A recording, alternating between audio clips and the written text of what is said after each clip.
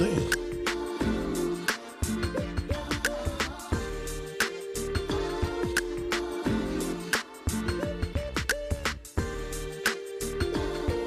I left my coffee upstairs. Well, good morning, good people. Mark Holmes here with my buddy Cowboy Joe Boo, as well as Joe Bear in the house. And as always, I want to say thank you all for watching, commenting, subscribing, and being part of the Joe Boo Sports Report. Without you guys, as well as you ladies, you know that this literally does not work. So let's get open for business here, and let's wake up the football gods.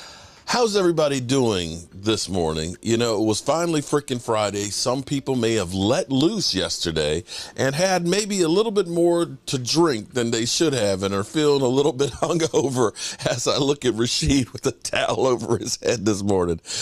Oh, my goodness. I hate to be reveling in others' misery, but, you know, it's just something about seeing the Giant fans just like, oh, it's going to be one of those seasons. But I will say, here's the thing. It's always darkest before the dawn. A lot of times we think a team is going to be ass, and they end up playing really good. So don't be surprised if the Giants end up being a good team. Okay? Don't be surprised. Let's be honest here. Let's be 100% real. What the heck? Last night, I had Game Time on here. Game Time, who is a little bit angry lately. You know, he's kind of going postal. We haven't heard about post office guys going postal in a while. I think he's getting close to that. He's pissed off at Stephen Jones, a.k.a. Catboy, lowballing people and not taking care of guys like Zach Martin, right? And he's a little upset. But I had to remind him where we were last year at this time. Last year, we were begging and pleading for the Cowboys, please sign Anthony Barr. Can we get a linebacker? Because we literally had guys who were special teamers that were penciled in to be starters.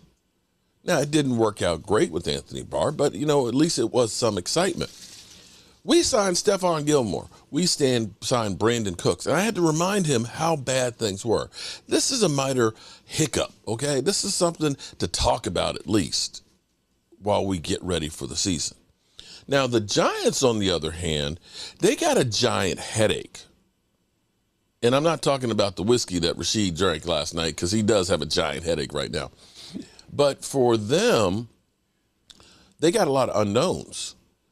Training camp is opening up. Will Saquon be there? Is this Saquon, you know, pitching a hissy fit when he knows that, you know, there's still $10 million that I can get right here from them? You know, when I grew up, there was Dwayne Thomas. And I don't know how many of you guys know who Dwayne Thomas is.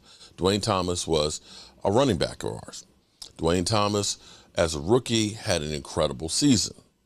And he went to the Cowboys because I think he was only getting paid like $22,000. $22,000. And he said, hey, I'm one of the best running backs in football. I deserve more money. They're like, you got a contract, and you're going to play that contract. And he proceeded to say, okay, I will not speak to anyone. I will not speak to anyone. And he went through the whole season not talking. He'd listen. He'd do the plays. You could talk to him, but you ain't getting a response back from him. Did not utter any words until the Super Bowl. Great season. But he was doing his protest of, you're not going to pay me, I ain't going to go ahead and talk to your ass. So we don't know if Saquon will say, you know, $10 million is a lot of money as opposed to zero, and show up and decide, I'm going to be a distraction. I'm going to get my check. I'm going to make you guys, you know, you guys are really going to pay for paying that. We don't know. We don't know if he decides, you know what, this is bigger than me. They are throwing shade on all of us running backs, and look at it and say, I'm going to sit out, and then I'm going to get paid big time at the end of the year on another team. Although, here's the problem. Here's the problem. You got Le'Veon Bell situation. Le'Veon sat out for a year, figured I'm going to have greener pastures, signed with the Jets, wasn't the same guy. never recouped the money that he had. And then what he said on radio this week, I regret doing that. I regret doing it, right. Because now you're also then labeled as a malcontent. And as we sit here with training camps opening, we heard Dalvin Cook say, "Oh, yeah, I'm gonna take my time and enjoy what team I'm picking to go to." Last I heard, the only team that was interested was the Miami Dolphins. And they lowballed an offer to him. It could be, and this may sound crazy, Le'Veon Bell might be playing for somebody for $5 or $6 million this year. And if that is the case, for Saquon to say, "I'm going to sit out for a year and then I'm going to get paid next year," that ship is sailed. There is no longer paying big money for a running back. And if I had kids that are playing football, I'm not pushing them to be a running back. That's right. Listen, kickers right now have a higher average salary than running backs. That's how bad it is. That is honestly how bad it is. And I'll be honest, I don't know that anybody else takes as much abuse except maybe a nose tackle. Nose tackle, you get hit from believe me. That's why I'm as crazy as I am. You get hit from the guard, the center, the other guard, the guard and the center. You get hit by the fullback if there's one. You get wham blocked by the tight end. You get a tackle coming down, pulling and hitting your ass. You get hit everywhere, just like a running back. You literally are the target. And for those guys not to get paid, it's a travesty. So that's where we are right now. I'm happy because this is the last Saturday that we don't actually have the team practicing or getting ready for games. That is great. I can't wait to see my guys game time and prime time tonight. I'll be working at the Red Brick House, watching them as well while we're getting it done. I am so happy because I'm tired of all of the hate and disrespect that the Dallas Cowboys get. You would think that the Dallas Cowboys were the Texans. That's how bad the team is by the way they talk. They talk about how the quarterback sucks. They talk about how Diggs is overrated. He's not even a top 10 cornerback. That he's not even a top 10 cornerback, right? They talk about this seriously. I mean, but the only guy. Talking about a Madden game. Come on. It's not just Madden. Come on. It's Pro Football Focus too. All the above. No, I'm just saying that they utterly, that talent-wise, that the Cowboys are just ass. The fact that they won 12 games last year is like, oh, well, they're just a terrible team. That Mike McCarthy coached a team 12-5 2 years in a row, and he's on the hot seat, right? But then you have a Detroit Lion team that they're the darlings. Right. Okay. What is that? How is it that? Because Mike McCarthy, the perception of Mike McCarthy coming into Dallas, leaving Green Bay, versus the ankle biter in Detroit. Perception is totally different. Okay, but you know what? Cowboys are up here, 12-5, playoff team, 2 years in a row. Right. The Lions are down here. But you would think that the Lions are a better team than the Cowboys. The expectations are great. Well, the expectations are because everybody knows that you get paid when you talk about the Cowboys. Am I wrong? Get fired. Am I wrong? And you get fired.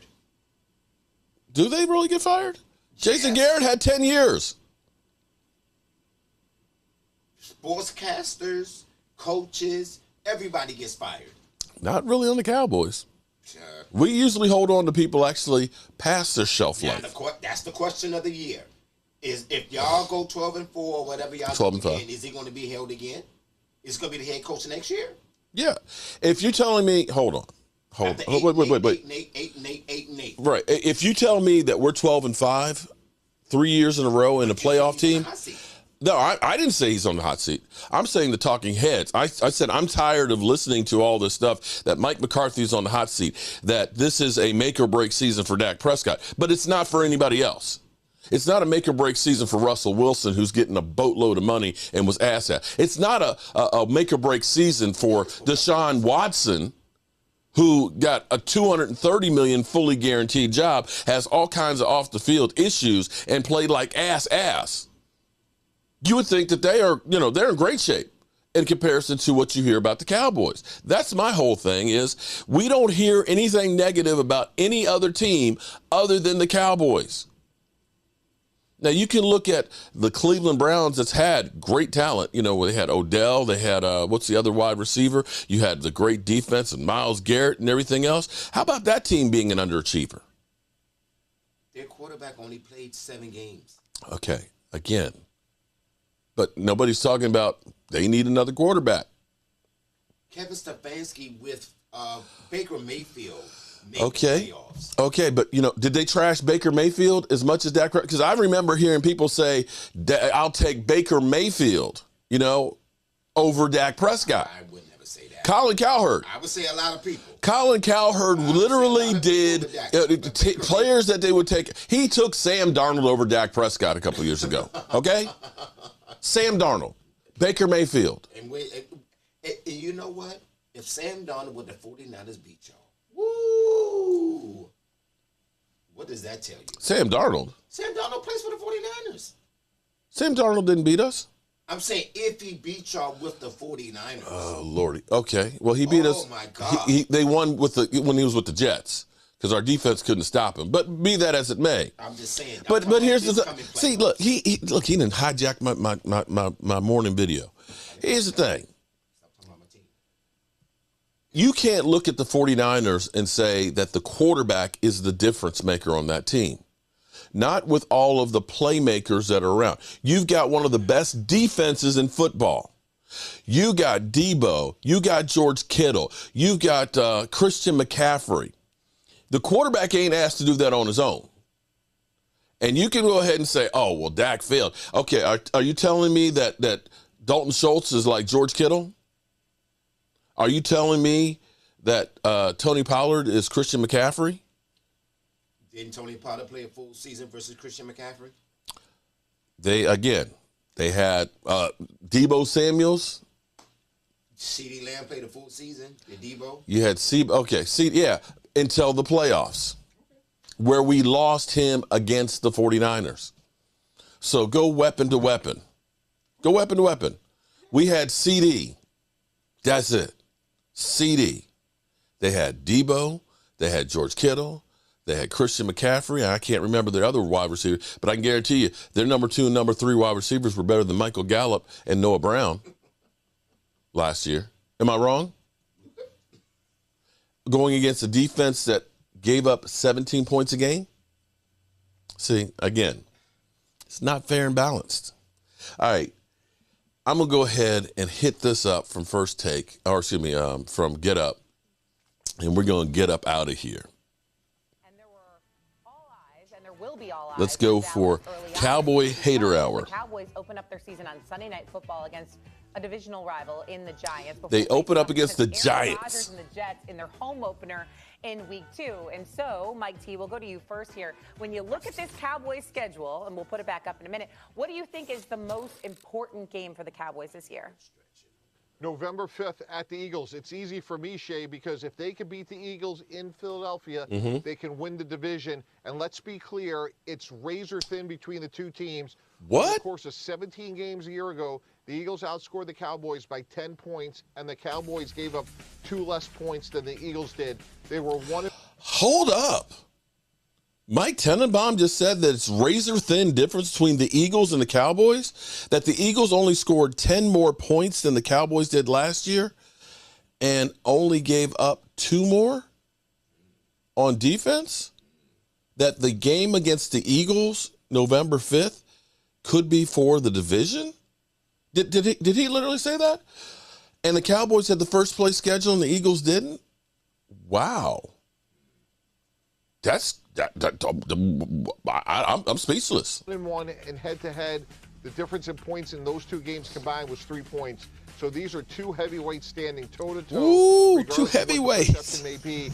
And if Dallas can draw first blood, so to speak, and win on their opponent's turf, they can win the NFC East this year. So my game is a couple weeks before that, the true measuring stick in the NFC. Who's going to contend to push the Philadelphia Eagles? Is it the Cowboys? I'm going to be Joy Taylor, and I'm going to diss Dak. Try and get a name for myself. Go ahead. October 8th, 2023.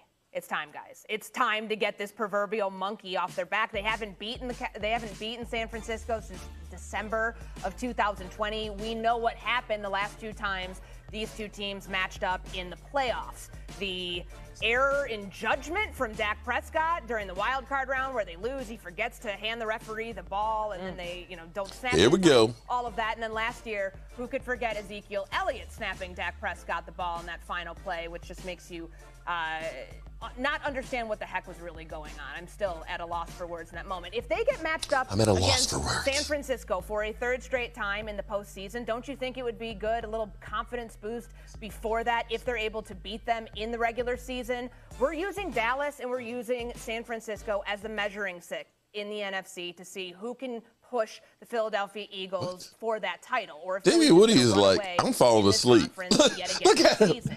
He literally looks like pretty good about themselves. Then going into Philadelphia a couple weeks later, he's just like that Mike was mentioning. I mean, in my opinion, this starts week 1. You come out and lose to the Giants, a team you beat twice last year and is on the way up, and especially every if year they can figure out what they're doing here with Saquon Barkley. Oh, and then you Lordy. lose again in the next week against the Jets at home. Okay. Rodgers? It's a wrap. We're not going to be up here talking about the Cowboys anymore. Besides, we'll be sitting here saying everyone's fired.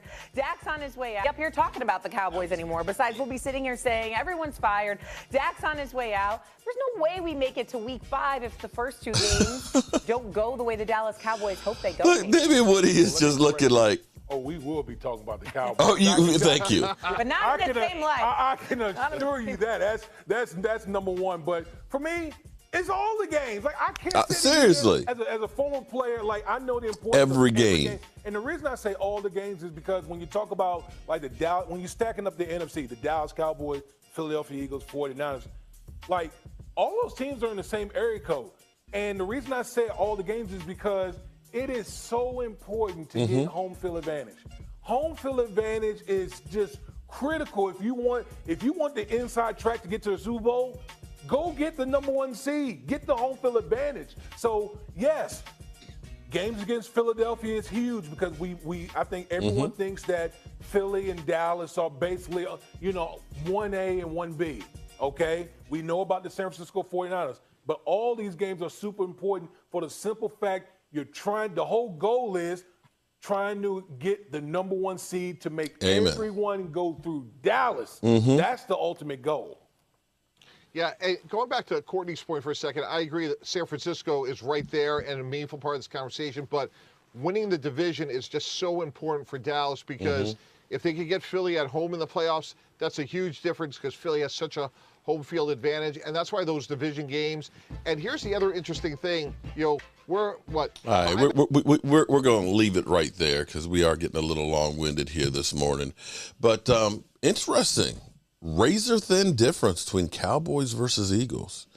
Well, good people, it is time for me to go ahead and get out of here and leave Rashid here with his misery.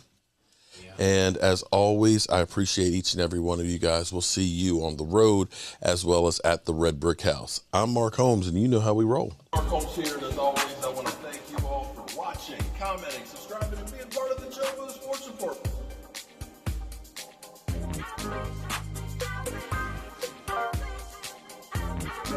One hell of a job, and the only thing else I got to say is, have fun!